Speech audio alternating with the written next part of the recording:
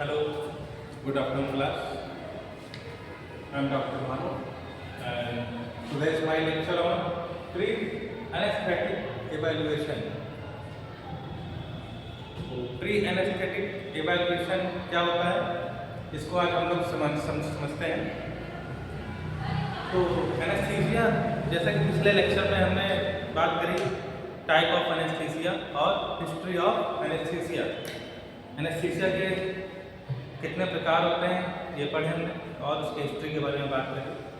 अब anaesthesia apply करने से पहले हमें किन चीज़ों का ध्यान रखना होता है उसके बारे में हम लोग इसमें पढ़ेंगे। इसे बोलते हैं प्री एनेस्थेटिक इवैल्यूएशन, मतलब पेशेंट को एनेस्थीसिया अप्लाई करने से पहले, पेशेंट को एनेस्थाइज करने से पहले किन किन बातों का ध्यान रखना होता है। तो प्री एनेस्थेटिक इवैल्यूएशन में हम लोग समझ लेते हैं आउटलाइन, इसके क्या क्या पार्ट है। पहले इसका इंट्रोडक्शन के बारे में बात करेंगे, फिर इसकी डेफिनेशन, फिर एम्स, प्री एनेस्थेटिक इवैल्यूएशन क्या है ये जानेंगे और प्री एनेस्थेटिक प्लानिंग कैसे की जाती है इसको समझेंगे। Premedication and other prophylactic measure, क्या चीज़ें करना है, डू और डोंट्स हम लोग जानेंगे। एनेस्थीसिया देने से पहले पेशेंट को क्या चीज़ें करनी है, क्या नहीं करनी है, क्या कंट्राइंडिकेशन है, क्या इंडिकेशन है। ये prediction of perioperative morbidity और मोर्टेलिटी, इसके बारे में समझेंगे कि पेरी ऑपरेटिव मॉर्बिडिटी क्या होती है, मोर्टेलिटी क्या होती है। कंक्लूजन भी देखेंगे इसमें क्या निकल के आता है। इंट्रोडक्शन स्टार्ट करते हैं। All patients scheduled to undergo surgery should be assessed in advance with a view of planning optimal preparation and peri-operative management. Patient anesthesia होने से पहले बिफोर सर्जरी और बिफोर एनेस्थीसिया हमें किन किन चीज़ों का ध्यान रखना है। All patient schedule to undergo surgery, जो पेशेंट सर्जरी के लिए जा रहे हैं और उन्हें असेस एडवांस में असेस करना है, एडवांस में उसकी जांच पड़ताल करनी है, असेस करना है पेशेंट को, उसकी प्लानिंग करनी होती है और प्लानिंग ऑप्टिमल प्रिपरेशन प्लानिंग करनी है और प्रिपरेशन करना है पेरी ऑपरेटिव मैनेजमेंट, ऑपरेशन के पहले मैनेजमेंट करना होता है, किन किन चीज़ों का ख्याल रखना होता है, उसी को प्लानिंग करना होता है, उसी को हम लोग असेसमेंट बोलते हैं। तो it is one mechanism by which the standard and quality of care provided by the anaesthetist is measured. इन बातों से पता चलता है कि एक गुड एनेस्थेसिस्ट, ठीक है, और उसकी क्वालिटी और स्टैंडर्ड के बारे में पता चलता है एक एनेस्थेटिस्ट के बारे में। प्री एनेस्थेटिक इवैल्यूएशन में हम लोग डेफिनेशन समझते हैं। Pre anaesthetic evaluation is a medical checkup. तो प्री एनेस्थेटिक इवैल्यूएशन क्या है, एक तरह का मेडिकल चेकअप है। तो patient who is going before surgery, patient who is going for surgery before surgery assessment is called pre-anesthetic evaluation। और anaesthesia देने से पहले जो भी जांच की जाती है पेशेंट की, उसका फिजिकल चेकअप, उसे ही बोलते हैं प्री एनेस्थेटिक इवैल्यूएशन या मेडिकल चेकअप बिफोर एनेस्थीसिया। तो प्री एनेस्थेटिक इवैल्यूएशन क्या है, मेडिकल चेकअप है बिफोर एनेस्थीसिया। एनेस्थीसिया देने से पहले जो मेडिकल चेकअप होता है उसमें हम लोग पेशेंट के वाइटल्स और उसके फिजिकल कंडीशन ये सब चीजें देखते हैं। And laboratory investigation done by anaesthesiologist before an operation. तो पेशेंट की सर्जरी और ऑपरेशन के पहले जो भी उसके ब्लड टेस्ट है, ठीक है, इन्वेस्टिगेशन है। इन्वेस्टिगेशन में क्या है, blood test, urine test, stool test, x-ray, ठीक है, सीटी स्कैन, जो कुछ भी टेस्ट होते हैं जिनमें इन्वेस्टिगेशन के अंतर्गत आते हैं, ये सारे इन्वेस्टिगेशन के अंतर्गत आते हैं। Blood test, x-ray, urine test, ठीक है, यूरिन एनालिसिस, स्टूल एनालिसिस, सब इन्वेस्टिगेशन के अंतर्गत आते हैं। ड्रग बाइटियों में एनेस्थीसियोलॉजिस्ट के द्वारा लिखी जाती है बिफोर एन ऑपरेशन, ऑपरेशन से पहले, टू असेस, एग्जामिन करने के लिए, to assess the patient's physical condition and any other comorbidities. तो पेशेंट की फिजिकल कंडीशन को चेक किया जाता है और पेशेंट को किस एनेस्थीसिया देने पर या ड्यूरिंग सर्जरी किसी भी तरह की कोई परेशानी न हो, इसीलिए प्री एनेस्थेटिक इवैल्यूएशन करा जाता है। Next, AIIMS pre anaesthetic evaluation करने का पीछे हमारा एम क्या है, तो create rapport with the patient के साथ एक हेल्दी रिलेशन, पेशेंट को ट्रस्ट दिलाना। जो पेशेंट सर्जरी के लिए जा रहे हैं काफ़ी नर्वस होते हैं और एंजाइटी फील करते हैं, ठीक है, उनके वाइटल्स भी डिस्टर्ब हो सकते हैं सर्जरी के पहले, तो एनेस्थीसियोलॉजिस्ट क्या करता है, उसके साथ रैपो बिल्डअप करता है। रैपो बिल्डअप होने से क्या होता है, पेशेंट को डॉक्टर पे, एनेस्थीसियोलॉजिस्ट पे एक तरह का ट्रस्ट डेवलप होता है। This is helpful for safe surgery और सेफ प्रोसीजर, ठीक है। To create rapport with patient के साथ एक रैपो बिल्डअप हो, तो इंश्योर हिस्ट्री, पेशेंट की हिस्ट्री भी जरूरी है ना, कि इसे पास्ट में किसी तरह की क्या प्रॉब्लम है, शुगर मतलब पेशेंट हाइपरटेंशन का है या डायबिटिक है, ये चीज़ें मेनली देखिए। अपनी फिजिकल एग्जामिनेशन भी बहुत ज़रूरी है, अभी हम लोग आगे डिस्कस करेंगे किस तरह की फिजिकल एग्जामिनेशन की जाती है।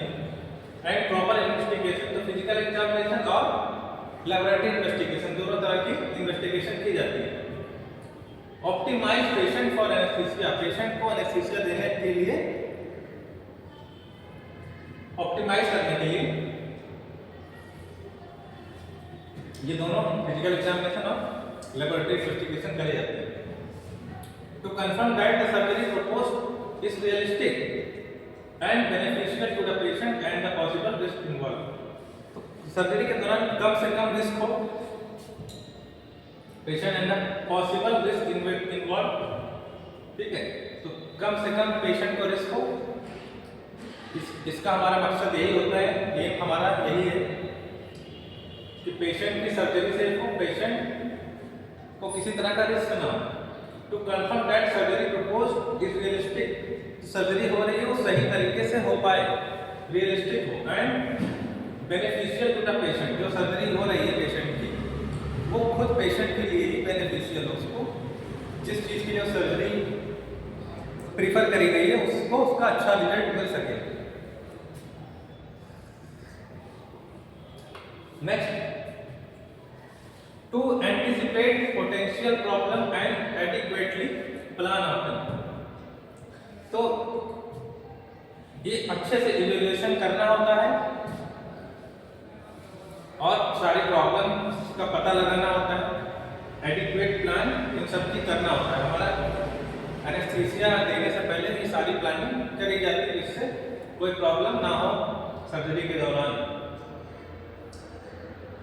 पेशेंट पैनिक भी ना होने पाए, ये सब चीज़ें हमें रैपो बिल्डअप करना रहता है पेशेंट के साथ, तो ये ड्यूटी है एक एनेस्थीसियोलॉजिस्ट की। फिर ये एनेस्थेटिक असेसमेंट में क्या क्या हिस्ट्री, पेशेंट की हिस्ट्री किस तरह की ली जाती है, बायोडाटा पेशेंट का लिया रहता है, नाम, एज, जेंडर, ठीक है, indication for the surgery, surgery किस चीज़ की हो रही है, ठीक है, ये पूछना जरूरी है जिससे कि गलत सर्जरी ना होने पाए। जैसे लेफ्ट लेग की सर्जरी होनी तो राइट लेग की ना हो जाए, ये बहुत जगह मिस्टेक हो जाती है। तो इंडिकेशन फॉर सर्जरी, किस तरह की सर्जरी होनी है, उसकी लोकेशन, साइट ऑफ सर्जरी, ये सब पता होना चाहिए। पेशेंट से पूछेंगे आप पहले कोई दिक्कत थी, लेफ्ट लेग में दिक्कत थी पहले या राइट लेग में दिक्कत थी, आपको अभी किस लेग में पेन हो रहा है, ठीक है, इस तरह की बातें पूछी जाती हैं। पिछली कोई सर्जरी हुई थी, ये सब चीजें हैं। सर्जिकल एनेस्थेटिक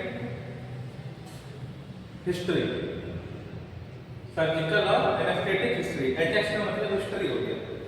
तो सर्जिकल और एनेस्थेटिक हिस्ट्री पूछना होता है, इससे पहले कभी एनेस्थीसिया दिया गया आपको, कभी कोई दिक्कत हुई है एनेस्थीसिया के दौरान, ठीक है, कभी घबराहट हुई है या कोई पहले, इससे पहले कोई सर्जरी हो चुकी है और सर्जरी हुई थी उसमें एनेस्थीसिया आपको दिया गया था, तो आपको कैसा फील हुआ था, ये सब चीजें हिस्ट्री, एनेस्थीसिया और सर्जिकल की हिस्ट्री लेनी होती है। सर्जरी के बारे में पता लगाना होता है और पिछली सर्जरी और उससे होने वाले कॉम्प्लिकेशन के बारे में भी पता लगाना है।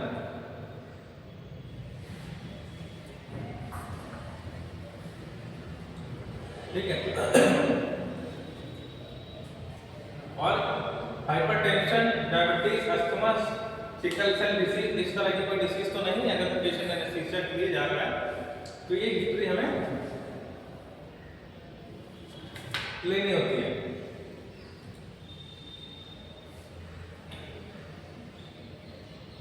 Before going to anaesthesia, drug की हिस्ट्री लेनी होती है कि किसी तरह की मेडिकेशन कोई चल रही है, कोई मेडिसिन, पेशेंट कोई मेडिसिन ले रहा है या पहले पास्ट में कोई मेडिसिन लेता था। ड्रग एलर्जी, किसी अगर पेशेंट से ये भी हमें पूछना होता है कि किसी तरह की एलर्जी तो नहीं है आपको, किसी तरह की फ्रेग्रेंस से एलर्जी, किसी तरह की कॉन्टैक्ट एलर्जी, किसी तरह की मेडिसिन की स्पेसिफिक एलर्जी, जैसे किसी को अमीकासिन एलर्जी, किसी को सिफाइलोस्पोरिन ग्रुप की ड्रग से एलर्जी है, किसी को पेनिसिलिन ग्रुप से एलर्जी है। तो ये सब एलर्जी, ड्रग एलर्जी के बारे में हमें हिस्ट्री जाननी होगी। और इस तरह की हिस्ट्री भी लेनी है कि वो चेन स्मोकर तो नहीं, सिगरेट स्मोकिंग तो नहीं करता है, एल्कोहल कंजप्शन तो नहीं करता है, या उसका एल्कोहल कंजप्शन कितना है, use of recreation drug, use of recreational drugs. तो कौन कौन से इसके ड्रग्स चलती हैं, खा रहा है कौन से पेशेंट, प्रेग्नेंट टाइम में कौन से ड्रग्स इनटेक कर रहा है, ये सब हमें पता लगाना होता है। जनरल एग्जामिनेशन में क्या है, प्री-एनेस्थेटिक असेसमेंट में, जनरल असेसमेंट में क्या होता है, न्यूट्रिशन एंड मेंटल स्टेट, उसके डाइट कैसी है, क्या खाता है, डाइट में वेजिटेरियन है, नॉन वेजिटेरियन है, कैसे किस तरह का फूड इंटेक करता है, उसका मेंटल स्टेटस कैसा है, नर्वस है या फियरलेस है, कैसा है, ये सब चीज़ें पता लगाने के सिस्टमिक एग्जामिनेशन करना रहता है। सीएनएस कंडीशन कैसी है, नर्वस सिस्टम के बारे में, नर्वस सिस्टम से रिलेटेड कोई ऐसी डिजीज तो नहीं है, किसी तरह का पास्ट कोई इन्फेक्शन हुआ हो या पास्ट सर्जरी हुई हो सेंट्रल नर्वस से रिलेटेड। सीबीएस के बारे में, उसका सीबीएस में कार्डियोवैस्कुलर सिस्टम के, उसके हाइपरटेंशन या कोई पिछली कोई सर्जरी तो नहीं हुई है, या हार्ट से रिलेटेड कोई मेडिसिन तो उसकी नहीं चल रही है। And respiratory system, respiratory system में क्या कोई हो सकता है पेशेंट अस्थमा का हो तो कोई एंटी एस्थमेटिक ड्रग्स ले रहा हो तो उसे कोई अस्थमा तो नहीं है, सीओपीडी का पेशेंट तो नहीं है, ठीक है, या ट्यूबरकुलोसिस का पेशेंट है क्या, ये हिस्ट्री, मेडिकल हिस्ट्री हम लोगों को लेनी होती है। तो सेंट्रल नर्वस सिस्टम की हिस्ट्री, सीबीएस की हिस्ट्री और रेस्पिरेटरी सिस्टम की हिस्ट्री, और सीएनएस, सीबीएस और रेस्पिरेटरी सिस्टम का एग्जामिनेशन भी फिजिकली करना होता है। जनरल एग्जामिनेशन में क्या करेंगे, सीएनएस के उसके मोटर और सेंसरी हम लोग चेक करेंगे, ठीक, उसका मोटर सिस्टम सही है कि नहीं, उसका सेंसरी सही है कि नहीं, ठीक है, किसी तरह की कोई सीएनएस से रिलेटेड कोई डिसीज तो नहीं है या किसी तरह एबनॉर्मेलिटी तो नहीं, सीबीएस में किसी तरह की एबनॉर्मेलिटी तो नहीं, कभी उसे एमआई का पेशेंट तो नहीं, हाइपरटेंशन का पेशेंट तो नहीं है, और उसका BP, heart rate, pulse rate, ये सब चीजें। रेस्पिरेटरी सिस्टम में देखेंगे हम लोग क्या पास में कोई ट्यूबरकुलोसिस तो नहीं हुआ है, ब्रेथलेसनेस तो नहीं, किसी तरह की सफोकेशन तो नहीं फील करता है, ठीक है, सीओपीडी का पेशेंट तो नहीं है। रेस्पिरेटरी सिस्टम उसका पल्मोनरी फंक्शन टेस्ट उसका करेंगे, ठीक।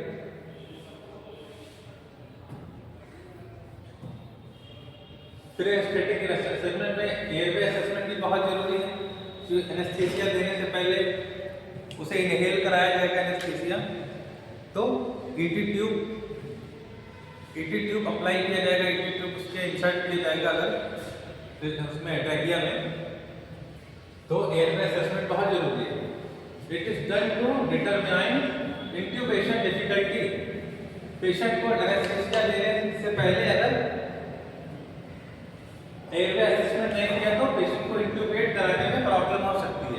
किसी तरह का ऑब्स्ट्रक्शन, अगर इंट्यूबेशन कराने के दौरान किसी तरह का ऑब्स्ट्रक्शन पेशेंट की रिस्पिरेटरी ट्रैक में हो रहा है तो प्रॉब्लम होगी। No single test is 100% specific और सेंसिटिव।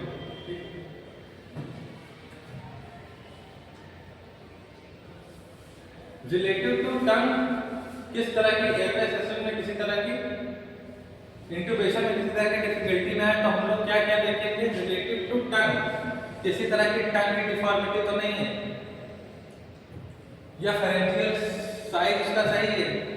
थ्रोट का एग्जामिनेशन करेंगे, फेरेंजियल एग्जामिनेशन करेंगे यूजिंग द मेलनपेटिक क्लासिफिकेशन। मेलनपेटिक क्लासिफिकेशन एक तरह का क्लासिफिकेशन है जिससे हम उसको देखेंगे कि उसका माउथ शायद प्रॉपर खुल रहा है कि नहीं, ठीक है। इंसीजर टीथ है उसके बीच में गैपिंग है कि नहीं, जिससे कि हमें पेशेंट को इंट्यूबेट कराने में किसी तरह की प्रॉब्लम ना हो। प्री एनेस्थेटिक असेसमेंट में क्या है, मेलनपेटिक क्लासिफिकेशन। इसमें क्या है, इस क्लासिफिकेशन को हम लोग क्लास 1, क्लास 2, क्लास 3, क्लास 4 में डिवाइड करते हैं पेशेंट की माउथ की ओपनिंग चेक करने के लिए। क्लास 1 में क्या होगा, क्लास 1 हमारे लिए बेस्ट है, एक पेशेंट को इंट्यूबेट करने के लिए बेस्ट कंडीशन है, ठीक। इसमें देखिए प्रॉपर आपको palate, fauces, uvula, anterior and posterior pillar सब दिख रहे हैं, ठीक है, ठीक है। ओपनिंग आपको माउथ की ओपनिंग प्रॉपर दिख रही है तो ये कंडीशन एकदम सही है इंट्यूबेट करने के लिए।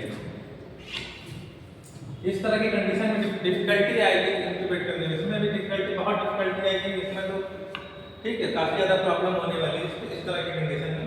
तो क्लास 1 विजुअलाइजेशन, क्लास 1 में क्या होता है, मेलनपेटिक क्लासिफिकेशन, और क्लास 1 में विजुअलाइजेशन अच्छा होगा किसका, सॉफ्ट पैलेट का, फॉसेस का, यूबुला का, और anterior and posterior pillars, anterior and posterior pillars जितने हैं सब आपको दिखाई देंगे, विजुअल होंगे, ठीक, विजिबल होंगे, विजुअलाइज होंगे। सेकंड क्लास 10 में visualisation of the soft palate, फॉसेस and यूबुला केवल इतना ही होगा, ठीक, एंटीरियर एंड पोस्टीरियर पिलर्स नहीं विजिबल होंगे। क्लास 3 में visualisation of soft palate and base of यूबुला, soft palate केवल शो होगा और यूबुला का बेस केवल दिखेगा, ठीक है, यूबुला का ये बेस दिखेगा केवल, ठीक है। क्लास 4 में only hard palate is visible, soft palate is not visible at all. तो क्लास 4 में केवल हार्ड पैलेट दिखेगा, ठीक, ऊपर की तरफ हार्ड पैलेट होगा, हार्ड पैलेट केवल विजिबल होगा, ठीक। तो क्लास 1 से क्लास 4 ये हमारा क्लासिफिकेशन हो गया। Class 1, class 2, class 3, class 4। अब जैसा कि इस पिक्चर में आप देख पा रहे हैं कुछ भी विजुअलाइज नहीं है, केवल हार्ड पैलेट दिख रहा है, इसमें बेस दिख रहा है यूबुला का, ठीक है, इसमें एंटीरियर एंड पोस्टीरियर पिलर सब दिख रहे हैं। So this is the best condition for intubation. This is wrong. This is right condition for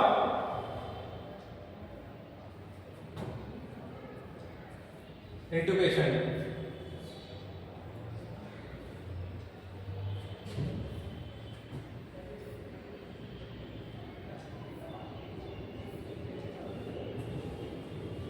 pre anaesthetic assessment में एओ एक्सटेंशन देखना होता है हमें।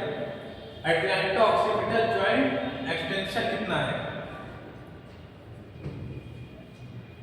एटलैंटो ऑक्सीपिटल, ये हमारा ऑक्सीपिटल है, ये एटलस बोन है। तो एटलैंटो ऑक्सीपिटल एक्सटेंशन, ठीक, एटलैंटो ऑक्सीपिटल जॉइंट का एक्सटेंशन ये कितना है, ठीक है।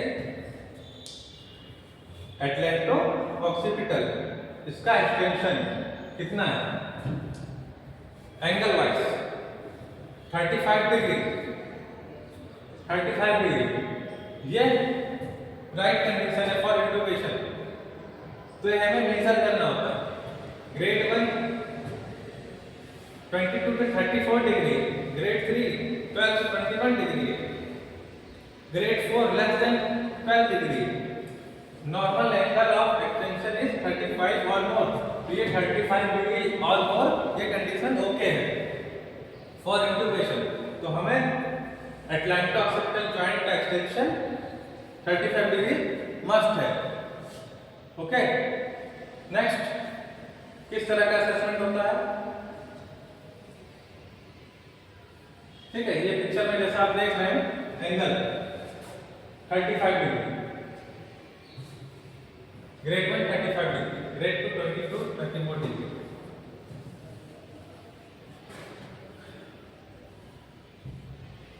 इसमें क्या है, ग्रेड 1 2 3 4 डिफिकल्ट लैरिंजोस्कोपी, ग्रेड 4 में डिफिकल्टी कंप्लीटली होगा, पूरी तरह से डिफिकल्ट है। ग्रेड 1 में आप कोई डिफिकल्टी नहीं, इसमें 1/3, इसमें 2/3, इसमें कंप्लीट टोटल डिफिकल्टी होगी, ठीक है। ए बी सी पिक्चर आप देख रहे हैं, जैसा कि आप प्री एनेस्थेटिक असेसमेंट में 3-3-2 का रूल होता है। तो 3-3-2 ये रूल होता है, इसके बारे में हम लोग जान लेते हैं। 3-3-2 का रूल, इंटर इंसीजर डिस्टेंस, पहला 3 क्या है, A, inter incisor distance in finger. तो ये 3 फिंगर्स है, ठीक है। जो इंसीजर टीथ है हमारे, जो इंसीजर टीथ है उसमें 3 फिंगर्स है, ये 3 फिंगर इंसर्ट होना चाहिए। तो inter incisor distance in finger, be higher mental distance in 3 finger. तो हायर और मेंटल का, हायर बोन और मेंटल का 3 फिंगर। और सी में thyroid to floor of mouth in 2 finger. तो ये 2 finger, floor of mouth and thyroid bone, और ठीक है, थायराइड जो होता है वहां, और माउथ का फ्लोर, 2 फिंगर पे हम लोग एनालिसिस करते हैं। Inter incisor distance 3 fingers, 3 finger breadth is associated with difficulty in intubation. तो 3 फिंगर मस्ट है, नहीं तो इंट्यूबेशन में डिफिकल्टी होगी। Hyomental distance, hyomental distance of lower mandible in mid line from the lower mandible in midline from the mentum of the higher bone। तो higher bone से mentum तक 3 finger की place होनी चाहिए, ठीक है।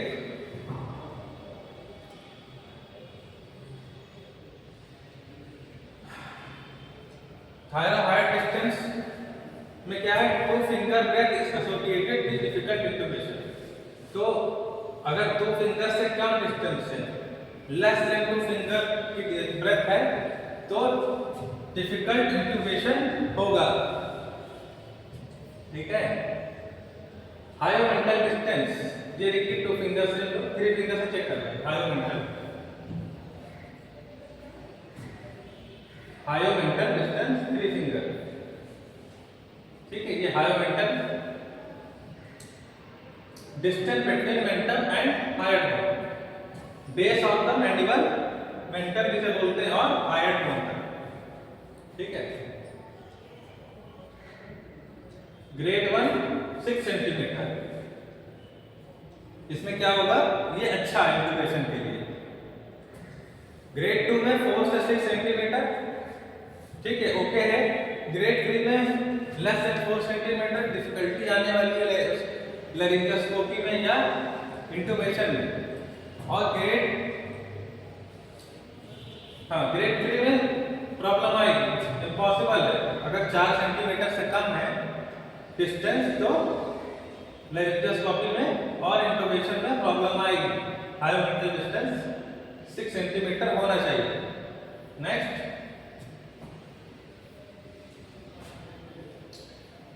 Inter incisor gap. ये incisor teeth है, ऊपर अपर एंड लोअर इंसीजर टीथ, इसके बीच में गैप होना, कितनी डिस्टेंस होनी चाहिए। Inter incisor gap, inter incisor distance with maximum mouth opening. मुंह जितना ज्यादा अच्छा खुलेगा उतना ही इंट्यूबेशन में प्रॉब्लम नहीं है। नॉर्मल वैल्यू 5 सेंटीमीटर, 5 सेंटीमीटर हम स्केल से ले सकते हैं या 3 फिंगर के थ्रू मेजर कर सकते हैं। सिग्निफिकेंस क्या है इसका? Positive result, easy insertion of 3 centimetre tip flange of the laryngoscope plate.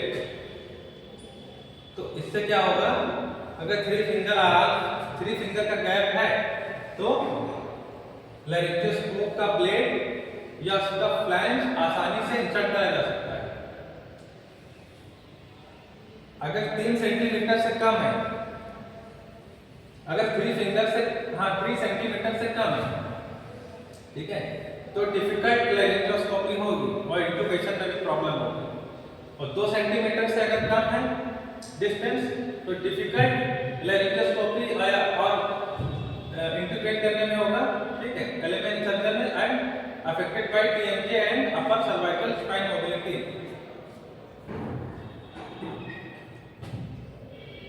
तो टीएमजे में प्रॉब्लम होगी या अपर cervical spine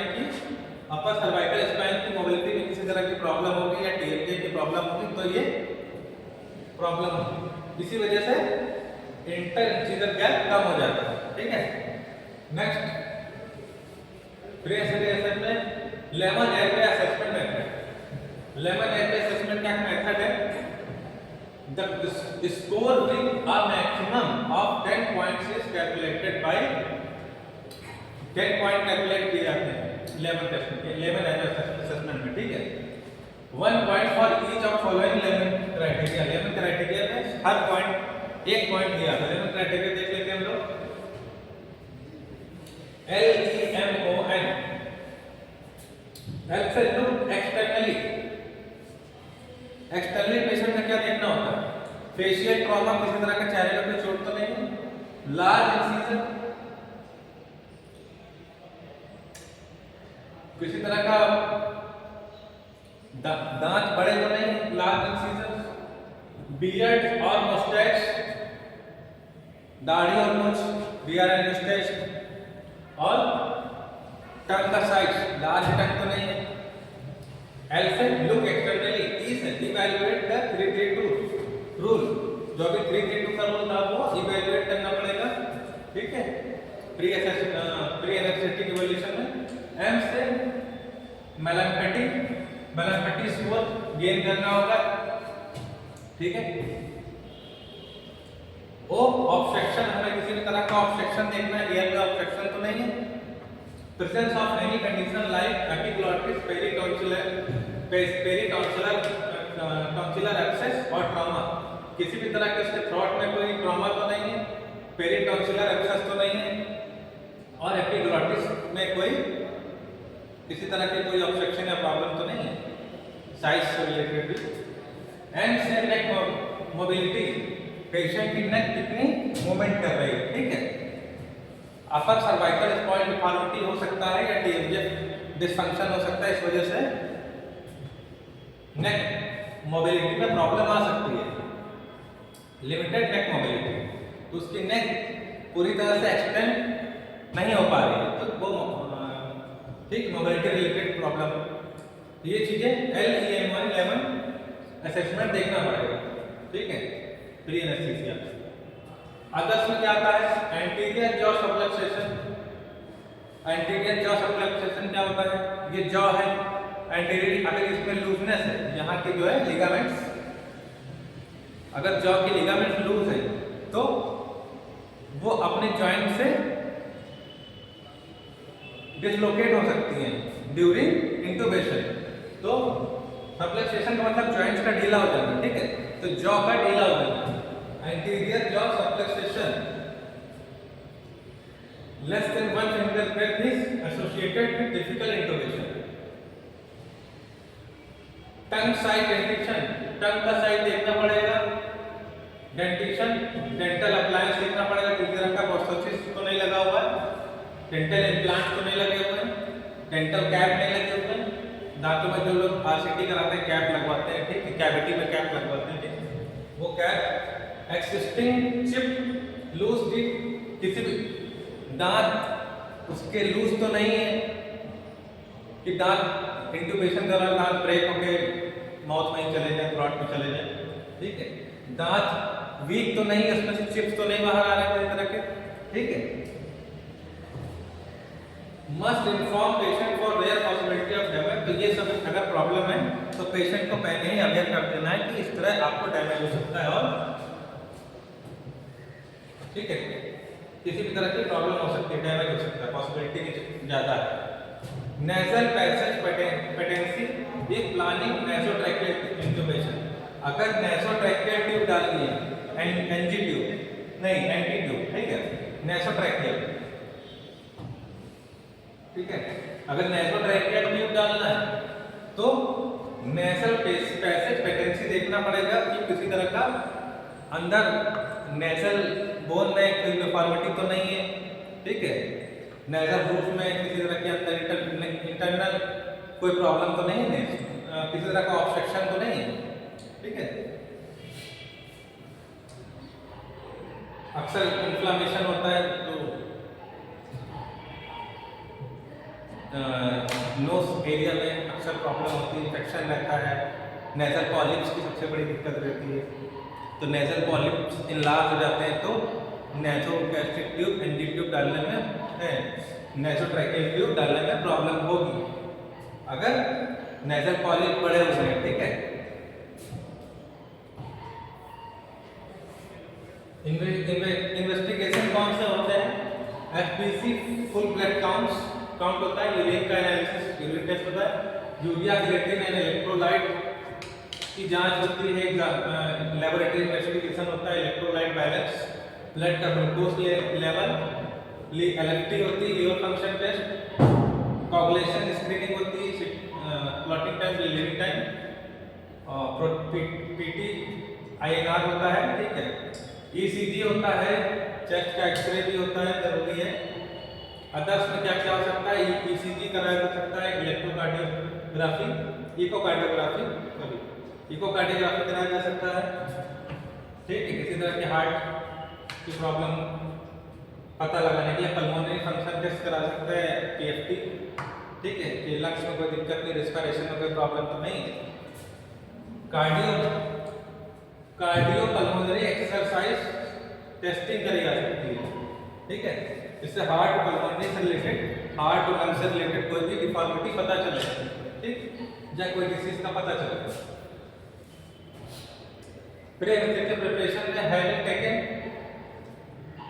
full clinical history लेनी है, फिजिकल एग्जामिनेशन करना है पेशेंट का, रिव्यू द रिलेवेंट इन्वेस्टिगेशन, सारी लेबोरेटरी इन्वेस्टिगेशन, एक्सरे, सब चीजें देखनी है, अगर उसके बाद हम सेटिस्फाई हैं, go ahead with surgery for president.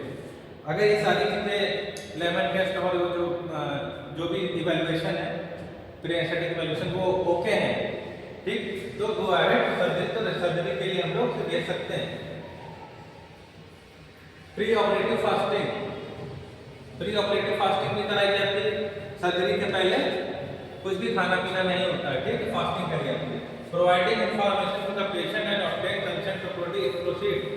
तो पेशेंट को इंफॉर्मेशन देनी होती है, उनके कंसेंट फॉर्म पे साइन करा के और आगे प्रोसीड करना होता है। Ensuring blood products are available during the perioperative period is necessary. तो हो सकता है पेशेंट को सर्जरी के दौरान ब्लड ट्रांसफ्यूज करने की जरूरत पड़े, तो उसकी भी मैनेजमेंट पहले से करना होता है preparation. Organising appropriate staff and equipment within the operation theatre fits. तो ओटी की प्रिपरेशन अच्छी होनी चाहिए, तो उतना ही जितना अच्छा ओटी का प्रिपरेशन होगा उतनी अच्छी प्रोसीजर और सर्जरी होगी। तो ओटी का सेटअप भी बहुत ही जरूरी है, स्टाफ की कोई कमी ना हो, एप्रोप्रिएट स्टाफ हमें पर्याप्त मात्रा में स्टाफ हो, पर्याप्त मात्रा में इक्विपमेंट हो, राइट इक्विपमेंट हो, ठीक है, जिससे प्रोसीजर सेफुली और अच्छे से हो जाए। Reschedule surgery for clinical reason. अगर किसी भी तरह के कोई क्लिनिकल इशू आता है तो सर्जरी को रीशेड्यूल किया जा सकता है, ठीक है। Reasons include acute upper respiratory tract infection. वो क्लिनिकल रीजन कौन से हो सकते हैं? Acute upper respiratory tract infection, URTI, ठीक है, अगर उसके थ्रोट में इन्फेक्शन है किसी तरह का, URTI acute condition. Coexisting medical disease and drug therapy, किसी तरह की ड्रग थेरेपी चल रही है, दवा चल रही है। Emergency surgery for which the patient has not been resuscitated adequately. Emergency surgery किसके लिए? अगर पेशेंट को रिससिटेट ठीक तरह से नहीं किया गया, अगर किसी उसने एस्पिरेट कर लिया तो रिससिटेट करने के बाद ही उसके आगे बढ़ेंगे। रिसेंट इंजेस्टेड फूड, अगर हाल ही में उसने खाना खाया है तो वो उसको रीशेड्यूल करेंगे surgery. Failure to obtain consent, अगर कंसेंट ऑब्टेन हमें नहीं मिला है तो सर्जरी को रोक देंगे, उसे आगे प्रोसीड नहीं करेंगे। Premedication refer to the administration of drugs in the period 1 to 2 hours before induction of anesthesia। तो कुछ ऐसी मेडिकेशन है जो एनेस्थीसिया देने से पहले दे सकते हैं, जिससे उसका एम क्या है हमारा?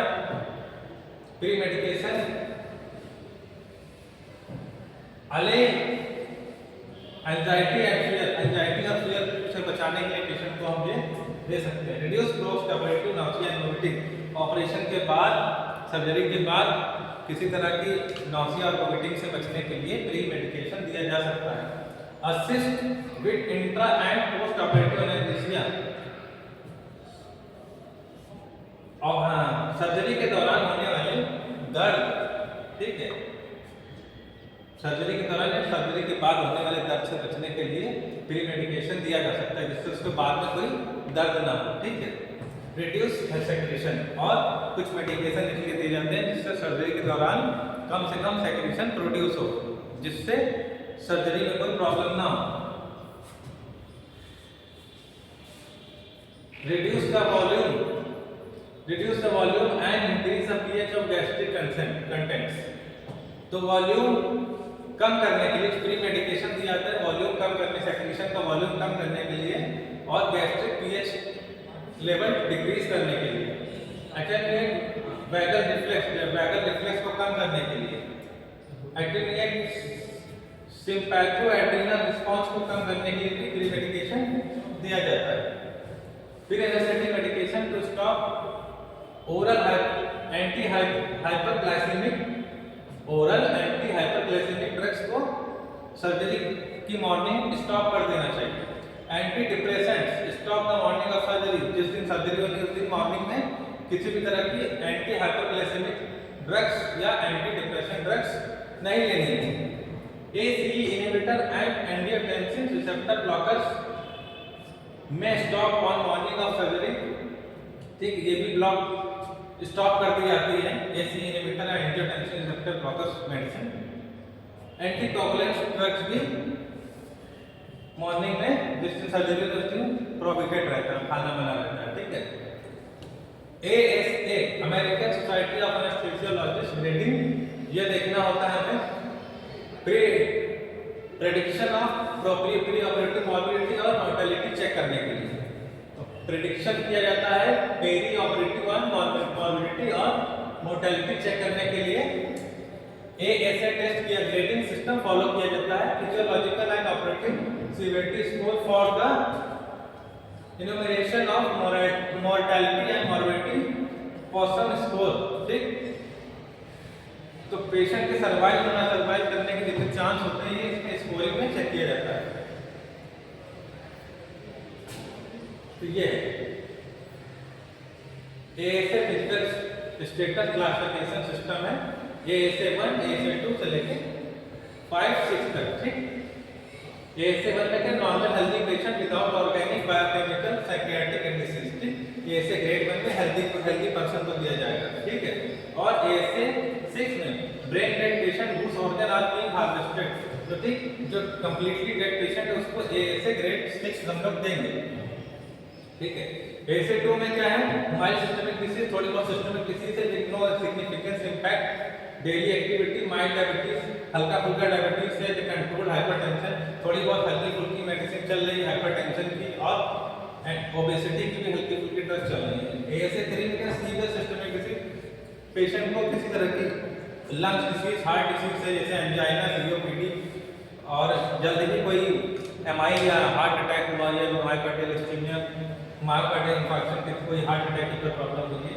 एएसए 4 में anticipating disease that concern threat to life threatening कोई डिसीज हुई है जिसमें एएसए 4 में देखेंगे congestive heart failure, unstable angina, renal failure, acute myocardial infarction, respiratory failure requiring mechanical ventilation, जिसमें कोई वेंटिलेटर की जरूरत पड़ती है। ऐसी कोई प्रॉब्लम है तो वो मॉर्टेलिटी पे मेजर इफेक्ट डालती है। ठीक है, तो ये है ग्रेडिंग सिस्टम। ठीक है, तो आज का लेक्चर हमारा यहीं पे फिनिश होता है। Thank you.